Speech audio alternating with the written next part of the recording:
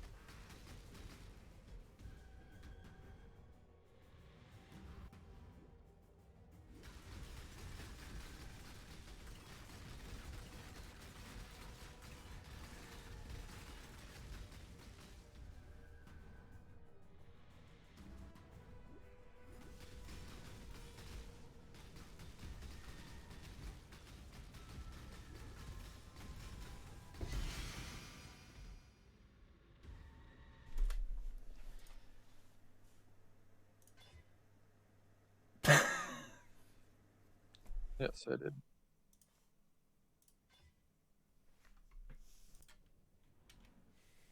Oh my god. Ja, det er insane mye bra du kan få på chest. So, hello everyone, this is gonna be a video detailing my cast on crit assassin called CoC Inward Ass. It is a Mjölnir cast on crit character using Arc and Wave of Conviction in the Mjölnir. It's a quite special character. It is a low life with Ivory Tower. I have bricked multiple of these, which will be included in the video. And this is the one I'm currently using with all white sockets. Not only am I using Ivory Tower, which says chaos damage is taken from mana before life, I'm also using a Manastorm. Both these are new uniques this patch. And for the eagle-eyed of you, you might see the problem. This happens when I use a spell. I use all my mana, and if I get hit by chaos damage, then I die. Not good. So we use a coruscating elixir and some Pantheon stuff to stop chaos damage happening. But mostly if you just play well, it's not that big of a problem. At least I haven't had that much of a problem. We are also using Crown of the Inward Eye, because we scale life, mana, and global ES in this build, and I'll show you why. Obviously, with a good helm enchant. We also use Shaper's Touch, because we are a Manastorm build, so we're gonna be stacking mana, and we also want access to more ES and accuracy rating as a cast on crit build. So these gloves are essential to the build. So as we can see, we have 531 and 535 strength and int. Through the gloves, we get accuracy rating this way, we get mana this way, and we get ES this way. My tree has no energy shield. Well, it has some, but mostly it has no energy shield. I go for life, that I use Ivory Tower with to get flat ES. And we take a mana for Manastorm damage and a tiny bit of ES. And yes, I'm still hunting for a Watcher's Eye with the mod, but that takes money. And yeah, here's another 6-link that I'm waiting on Needed Chrome to get hopefully some good corrupt on a Ivory Tower. So this build stacks things in very funny ways. I've had a lot of fun making the build because of that, because the gear has things like this. It's a very very strange ring, but a really high strength, a really high int, some resistance, and life and ES. The ring could be better if it had mana as well, but you know, you can't have everything. So again, like all the gear has these strange strange combination of stats where it's attributes and energy shield and life, and then I'm going low life with my life, as you can see. Again, so all the gear represent this. These boots are were very hard to get to upgrade, so I crafted Cannot Be Frozen on them, opening up a flask slot for bleeding. And again, the belt has just stats, life, and mana, because that's what I need. Yeah, included in this video is gonna be some videos of the build doing the endgame. He has killed the Awakener at least once. I'm getting better at the fight, but I'm still really bad at dealing with the storms. To go low life, we have a high level Clarity, a level 9 Blood Magic, although I had to level this up and down all the time depending on what my life was to reserve enough. A Discipline, and a max level Precision, because again, we're cast on crit, we want to be hitting as much as possible. Obviously, cast on crit is the choice for the build, so that we can cyclone around without Manastorm triggering, because it says when you cast a spell, sacrifice all mana to gain added maximum lightning damage. This sentence is quite strange, so I'll try to explain it even better. When I use Manastorm, we add 0 to 6026 flat lightning to our cyclone. It adds 0 because it says maximum. So to get around this, because that's a very high range of damage differential, right? We are using Val Arc, linked with increased duration, it says down here, making my damaging hits with Arc lucky. So when this buff is up, I do a lot more damage. And when Manastorm is up, our Arc goes from average hit of 16k to a lot more. Obviously, we don't have power charges, and as an assassin, power charges are very important to us. Mistwalker is insane. Always grab this as an assassin. Deadly Infusion together with Unstable Infusion. Very good damage and nice to have movement speed and stuff like that. And Opportunistic is great this league, especially versus the Awakener. Just great in general though, but especially in this in the Conquerors of the Atlas. Before I had my Fortify on melee hit Mjölnir, I used this item, and it's a perfect Manastorm cast on crit weapon. But I felt the inclusion of the Wave of Conviction and the Helm enchant on the Crown of the Inward Eye made my damage go up more than the crit consistency of this scepter. But it was totally fine, so if some of you wanted to do that, you can. This was very easily obtained for me. I don't know how the market is anymore, but I got this a few days ago. Yeah, so right now I'm just saving for the gain maximum energy shield from your mana when the Clarity Watcher's Eye. But it is very expensive, so I'm on my way, but we're not there yet. Hopefully I can sell some stuff from my previous builds and be able to fund it. To deal with mana, we are using a Enduring Eternal mana flask, also a Cinder Swallow, also this node, which gets all our mana back on kill.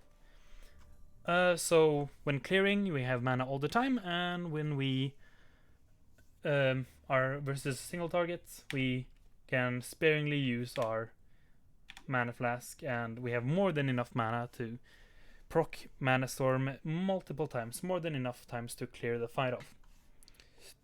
So, going into some Path of Building stats. Not that they're that important, but again, this is what the tree looks like. And for series, I would swap out my Coruscating because I don't need it anymore, right? And then we put in a Y-Soak instead. So that helps out a bunch. We are using Grand Spectrum's mana, of course. a clear mind with corrupted blood can't be affected on you, and just a random Watcher's Eye, which I probably shouldn't be using and be using something better instead.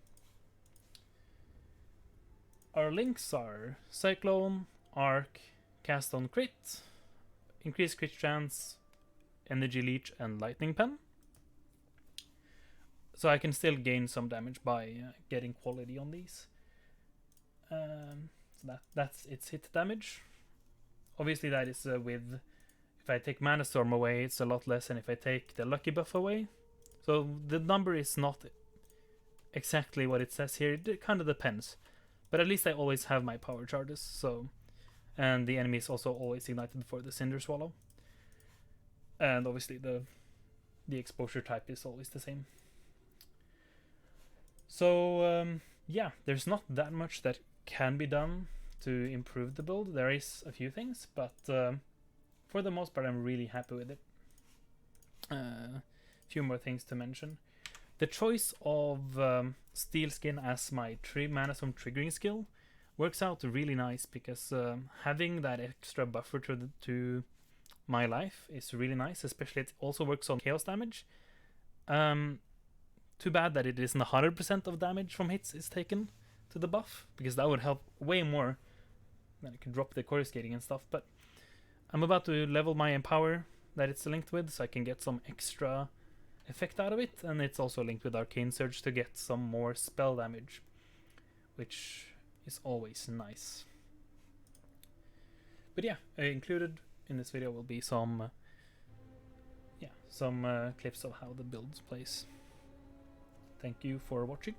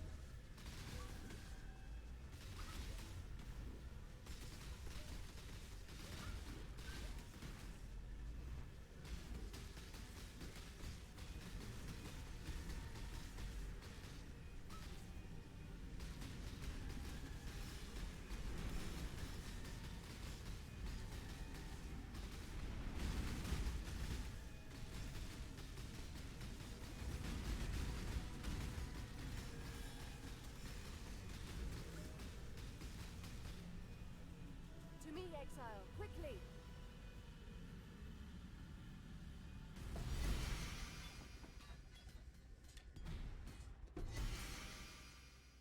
So that was the Elder. What terrible, monstrous power. We must find a way to defeat it, Exile. Please see it.